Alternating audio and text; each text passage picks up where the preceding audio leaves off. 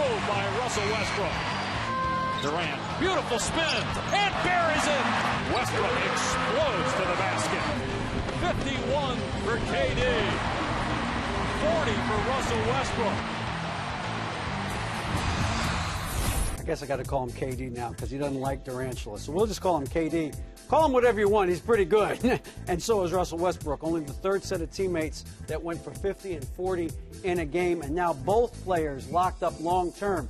And the fortunes of the Oklahoma City Thunder couldn't be brighter. Welcome back. I'm David Aldridge with Steve Smith, Steve Ashburner.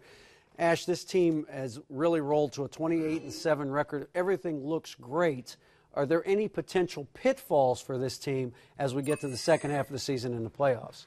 Well, I guess this would be picking nits at this point, but they still are young. They still can benefit from more experience. If they were getting tested maybe more in the Western Conference during this regular season, that would help them. The other thing I think about is Sefolosha being injured.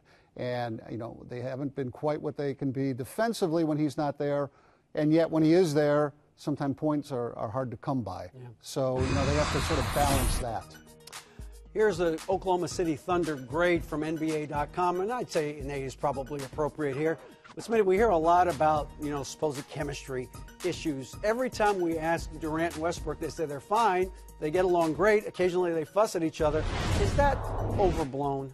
You know, I think the chemistry part, I think so. I think also talk about their relationship. But I think when you start to talk about on the court, yes, we want Russell Westbrook to average more assists than he has right now and cut down his turnovers. I think also Kevin Durant. But I think I like the two superstars challenge each other. I think when you look at Russell Westbrook, we all know Kevin Durant is the better player, the future of the NBA. But Russell Westbrook is an all-star. So I think for those two guys, cut down on their turnovers, add more assists. And for Oklahoma City as a whole, they have to find a way to get some points in the paint. And that comes down to Serge Ibaka and also Kendrick Perkins. Let's go to Howard Beck of the New York Times, Kenny Berger from CBSSports.com. Kenny, to start with you. They had an injury that hasn't gotten a lot of ink nationally, but that's Eric Maynard, their backup point guard. He went down. They're playing Reggie Jackson, the rookie point guard, and he's done well. But can you trust a rookie with significant minutes in a postseason, in a seventh game of a Western Conference Finals or Finals?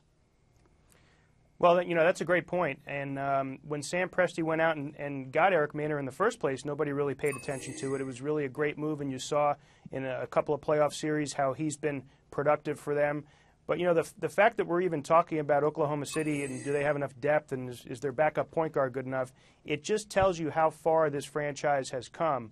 You know, the first couple of years of success there, they like to kind of play the under-the-radar card, and Sam Presti didn't want anybody to really notice what was going on there. They wanted to be quiet. You know, they can't run from it anymore. They are the elite team, not just one of the elite teams, the elite team in the Western Conference. And as far as I'm concerned, and I'm guessing everyone else here, you know, the favorite to get to the finals.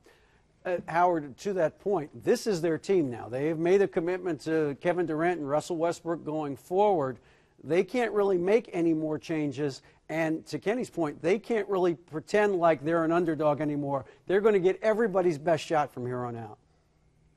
Yeah, they are. And, you know, the good news for them is you're now dealing with a Western Conference where you don't have that other set team or teams that were the clear class of the conference. It was very jumbled for the last several years, but you know the Lakers have fallen back a little bit and they've got some clouds hanging over them. The Mavericks have taken, I think, a little bit of a step back from last season, from their championship season, and they've got some issues with Lamar Odom right now going on in his personal life, so you can't really count on them. The Spurs seem resurgent, but we've seen them have a great regular season before in the last couple of years and still fall off in the playoffs. So I think the path, I don't want to say it's clear for the Oklahoma City Thunder, but I think they are clearly, as Ken said, the class of the Western Conference right now, and there isn't a team that you can say, oh yeah, but they've got to get through this team. No. Right now, everybody's got to go through Oklahoma City.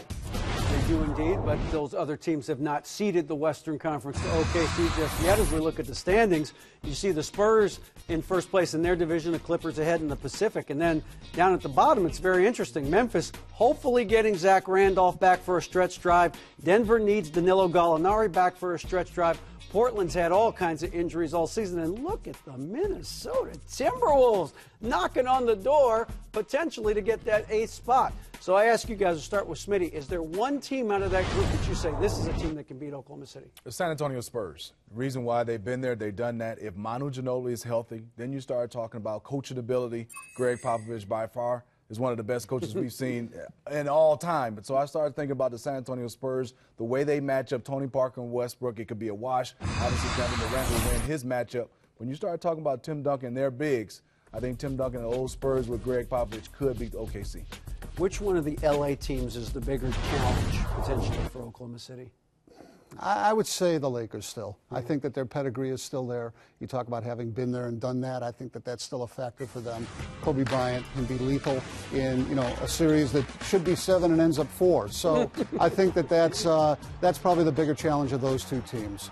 Let's talk about those Clippers, though. We know that they have not had the playoff experience. At least some of them have not had the playoff experience that Kobe has, but Chris Paul's been in a lot of playoff series. Can a Chris Paul kind of overcome the lack of experience of his teammates? You know what? I never want to bet against the Chris Paul because what he's done in New Orleans, taking that team some of the levels he has.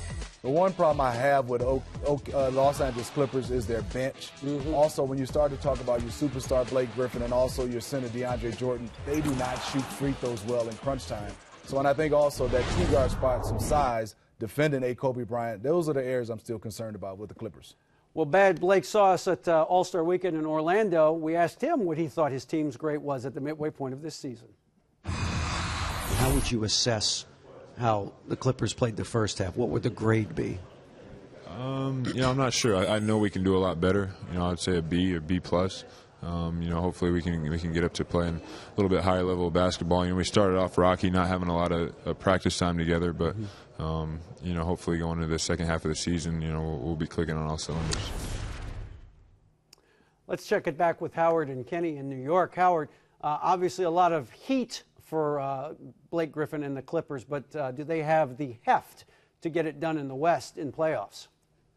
No, I don't think so. I mean, I know there's a lot of excitement, and they're one of the most entertaining teams in the league, and that's great. But two things. One, no team goes from nowhere to all of a sudden being a contender overnight in this league. Very rarely happens. It did happen with Boston, but that was a very special circumstance a few years ago. They need time together. Chris Paul's playoff experience is one thing, but as a team they need it. The second thing is, right now today they're 21st in the league in defensive efficiency. We know that defense is what gets it done in the playoffs. Being in the lower third of the league in defense is not going to get it done either. Kenny, you wrote a piece about a week and a half ago about the new front office of the Los Angeles Lakers, led by Jimmy Buss, who's now kind of taken over for his father, Jerry Buss, and running the day-to-day stuff with the Lakers. That team seems dysfunctional to me, but they still have a lot of pieces. Can they make a big move, a trade of some kind, maybe Gasol, and get that extra piece that they need, maybe to contend this year?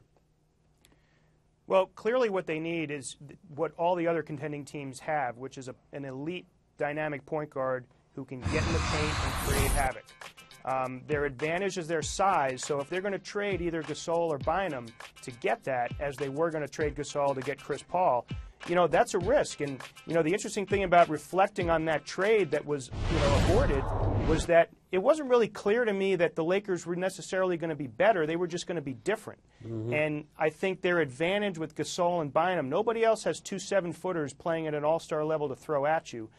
To an extent, Kobe is right. They need to, not that they can say it publicly because that tips their hand, but, Pau Gasol needs to know if he's going to be a Laker or not, because he's a guy that gets distracted and affected by these kind of rumors.